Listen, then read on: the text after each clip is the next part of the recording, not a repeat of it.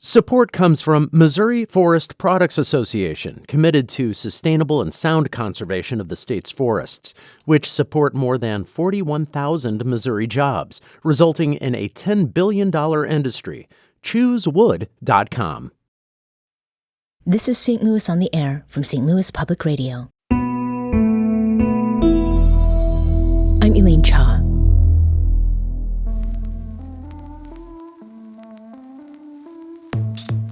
Baby guts are a wildly active place. All sorts of bacteria, both the good and the bad, set up there during our diaper stage and continue doing so throughout childhood. A recent study led by a Washington University researcher shows that gut biome differences begin between 3 and 12 months of age. And what happens in the kid gut biome can put us on track for various tangible impacts and disparities that show up in health conditions and outcomes long after we're out of our nappies. Liz Mallott is the author of that study and assistant professor of biology at Washington University in St. Louis, and she joins us now to talk about her findings. Liz, welcome to the program. Thank you. So let's set the stage. What is a gut biome, and why should we care what's in it? Yeah, so your gut biome or your gut microbiome, it's a collection of all of the different microorganisms that live in your intestines and in your stomach. So it's bacteria, which is mostly what we think about, but also viruses, fungi, protists, and other little single-celled organisms that are running around in there. Mm-hmm. And those microbes are actually really important. Some of them are harmful or are sometimes harmful, but most of them are neutral or helpful. Mm-hmm. They constantly interact with us, and they do things like break down food you can't digest on your own, like the stringy bits of celery. Your gut microbes break that down and give you energy from it. So is that part of the interaction that you were talking about? Yes. Mm-hmm. Yeah. What are some of the interactions that we maybe are not as conscious of but are happening all the time? Yeah. So they're also involved in regulating our blood sugar and our blood pressure. They can increase or decrease inflammation. And they also protect us from pathogens. So bacteria that want to invade your normal, healthy gut microbiome will actually help keep them out of your system. Mm-hmm. We'd like to invite you to join this conversation. What questions do you have about your guts and the bacteria living there? Do you eat or drink things like, or with probiotics, that is, like yogurt, kimchi, and kombucha? Why do you think it helps? Give us a call at 314-382-8255. That's 314-382-TALK, and we'll pose these questions to Professor Mallott. Now, you examined data for the study that we opened with that was collected from nearly 730 children in the U.S. between birth and 12 years of age. What is it that you were looking to understand better, and why kids? Yeah. So we knew from studies in the U.S. and worldwide that if you looked at the gut microbiome of adults, we could see differences that were associated with racial groups or ethnic groups, the different classifications that are used in different parts of the world. But we weren't really sure when those occurred. We do know, though, that some of those differences in adults are linked to things related to health disparities. So differences in rates or severity of disease that are tied to social and environmental factors. Mm-hmm. So we were curious, when do these differences appear? At what point in childhood? Sort of so we could both figure out what time period to target for interventions, but also sort of narrow down what sort of social and environmental factors might be most important, because kids of different ages are exposed to different things. Right. And they expose us to different things too. Yes. Now, before we came into the studio, one of the things that I noted was that there are many from St. Louis who are part of the data that you were looking at. Why is that the case? So Washington University's medical school was one of sort of the early places where a lot of gut microbiome research was going on. And a couple of investigators there, Jeff Gordon and Barbara Warner, enrolled a lot of twins in an early study. And they've made the data from that study publicly available, and which has been really helpful. And so we included it in our work. Mm-hmm. Now, What is it that this study then contributes to or, updates what we understand about the development of one's gut microbiome? Yeah. So during that first 3 months of life, really early in infancy, we actually don't see any differences based on race and ethnicity. Of course, the gut microbiome is developing during that time period, but it really seems to be tied to other factors like whether or not you're formula fed or breastfed. But something happens after 3 months, either at 3 months or shortly after, where you do start to see a slight divergence in the gut microbiome between Black, White, and Asian and Pacific Islander kids, or then Hispanic and non-Hispanic kids. Was there one disparity in particular that really stood out to you as you were doing this work?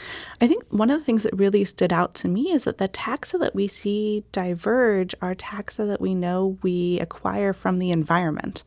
They aren't bacteria species that are inherited from your mom. They're not ones that you gain during the birth process.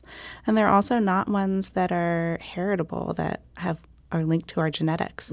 So it really is something in the external environment that must be driving the change. I mean, was that a surprise or something that you expected to find?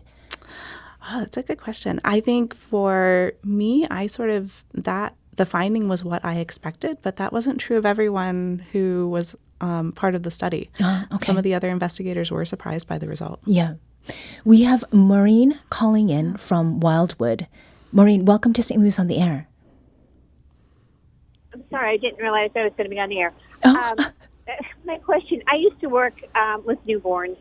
We would routinely give them a course of antibiotics. It was ampicillin and gentamicin, if the maternal temperature was over 100.4. And I was always concerned about the long-term effects we would have on these little guys. Because often I just thought the moms were just hot from the long labor and delivery. So has any studies been done on the long-term impact? Yeah, Maureen, thank you. Yeah, Liz? thanks, Maureen. So there have been several studies that have looked at early antibiotic exposure and the development of the gut microbiome, and we do know that it does change the trajectory of the gut microbiome, and in some cases it can make kids more susceptible to later developing allergies or asthma. But I also want to say that having antibiotics when you do have an infection is very important, particularly in kids who are really susceptible to infections. Yeah. So I'm not a medical doctor, so I don't want to. Sure. Yeah. We also have Ida, who's calling from Old North St. Louis. Ida, welcome. Hi there. Hi. I have questions about blood pressure. I was surprised to hear about the gut microbiome having to do with that, and I've never heard a doctor talk about it, and I come from a medical family, so and I'm asking about high blood pressure and low blood pressure, okay? Yeah. Most of the research has been done on high blood pressure.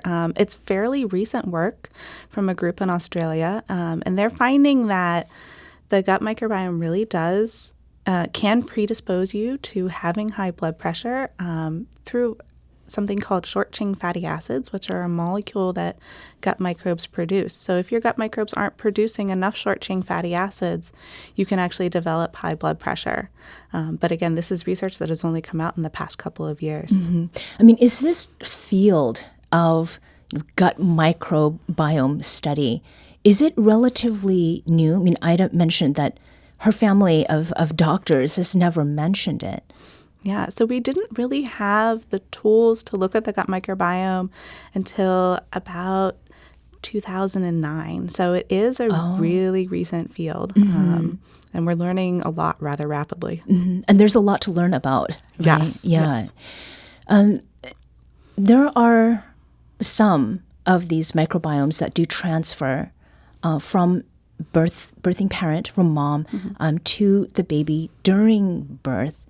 But most of them, as you said, they come from their environment after they're born. Which are the ones that do transfer? And do they have anything in common?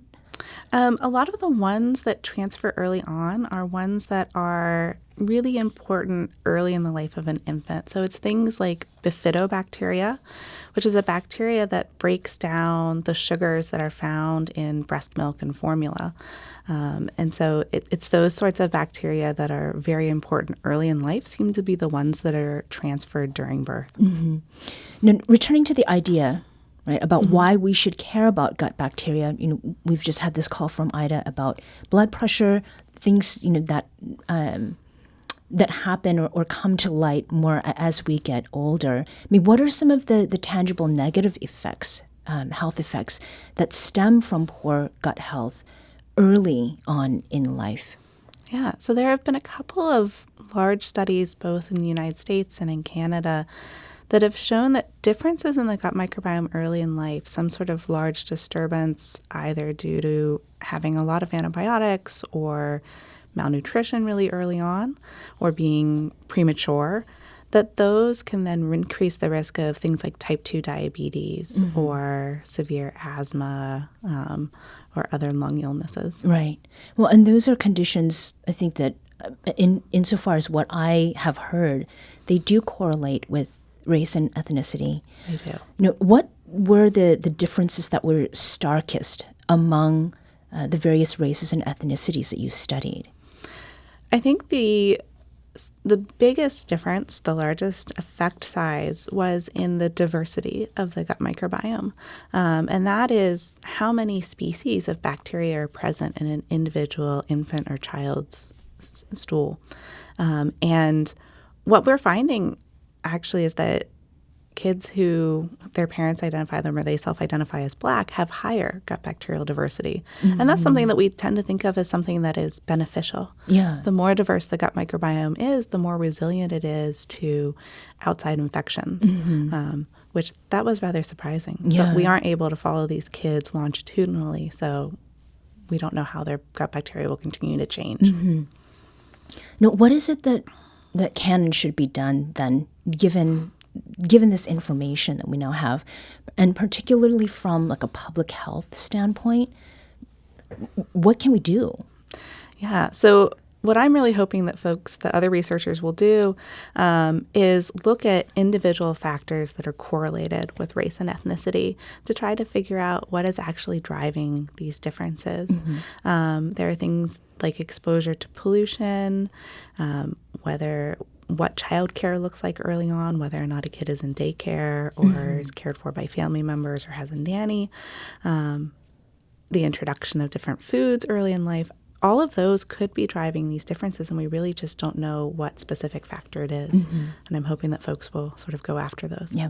We're speaking with Liz Mallott, who is an assistant professor of biology at Washington University in St. Louis. We're discussing some of the findings from a recent study about the child gut biome. Now, this issue is one that is personal for you. It goes beyond the lab. You're a parent of a toddler. So how is it that you view this topic as a parent? I mean, are there things that you were intentionally doing with your child to diversify their gut biome? I mean, it sounds cliche, but making sure that our child gets a lot of time outside and playing in the dirt so that they're exposed to a lot of different microbes. Yeah. As well as having a lot of different social contacts, interacting with a lot of different friends and family seems to be really important. There are some studies coming out that were done during the pandemic that showed that having fewer social contacts is really detrimental to the microbiome. So Mark in St. Louis has a question. He asks, what is the effect of water quality on one's gut bacteria? And Mark grew up drinking well water, so he's curious about what effect that might have had. Yeah. I also grew up drinking well water, so I'm curious about that too. I think that's something that we don't really have a good idea about yet. There are folks who are working on that. One of them is here at Washington University in the engineering school. And we're curious to find out how different water impacts the gut microbiome. Yeah. So how much control do we have over what's in there? I mean, we get set up when we're really young, but what are some of the things that can be done Yeah. Diet is still a really large factor in changing the gut microbiome, even in adults. And so things like that we call prebiotics. Okay. You've heard of probiotics. You may not have heard of prebiotics. Okay. Those are things that beneficial gut microbes like to eat. And it's advice that nobody wants to hear, but a lot of it are fibers. So eating a higher fiber diet, eating a diet that's rich in fruits and vegetables and whole grains really seems to support having a healthy microbiome. Okay. And does that give them a workout? Because you talked about celery. I mean, is that part of how we support our gut health, not just by what we're putting in and then coming out, but what's actually happening inside? Kind of. So there are different types of gut bacteria like to eat different things. And the gut bacteria that decrease inflammation and otherwise are beneficial like to eat fibers. They're really into complex carbohydrates. So yeah, whereas gut bacteria that like to eat simple sugars tend to be ones that increase inflammation. Mm-hmm. So, what then is the biggest myth about gut health? Oh, the biggest myth. Yeah. One that I spend a lot of time thinking about are actually probiotics, which probiotics do have a role, but the research behind them is actually really mixed. But we see a lot of advertisements and we see a lot of probiotic products in the grocery store. And there are probably times when they're very helpful right after you've had a course of antibiotics. They probably are good at helping you reestablish your normal gut microbiome. But your gut microbiome is a whole community of organisms. And so adding in just one species, it's really hard to shift the profile of the community. Yeah. And so right. They may not be that beneficial when you are living your normal, healthy life. So in the last 30 seconds, we've been talking about promoting healthy gut microbiomes in kids. What about kids' effect on parents? Does a child change a parent's microbiome? I don't know if anyone's looked at that. People have definitely looked at how household members change each other's gut microbiome and how your pets change your gut microbiome. You definitely share microbes with everyone in your house because you're all touching the same surfaces and touching each other. So they really are everywhere. Yes. Liz Mallott is assistant professor of biology at Washington University in St. Louis. This episode was produced by Emily Woodbury. Audio engineering and podcast design by Aaron Dorr. Our executive producer is Alex Hoyer. St. Louis on the Air is a production of St. Louis Public Radio. Understanding starts here. St. Louis on the Air proudly supports local artists by using music from Life Creative Group. Do you find yourself regularly listening to episodes of St. Louis on the Air? Suggest us to a friend you think might enjoy our conversations. And leave us a review and rating on Apple Podcasts on the App Store. It's the simplest way to help people discover our show. Thanks. St. Louis Public Radio is a member-supported service of the University of Missouri St. Louis.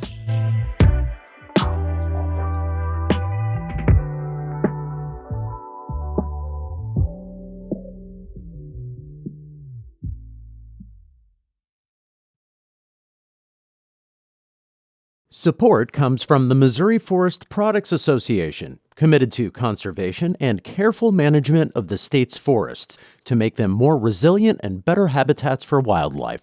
ChooseWood.com.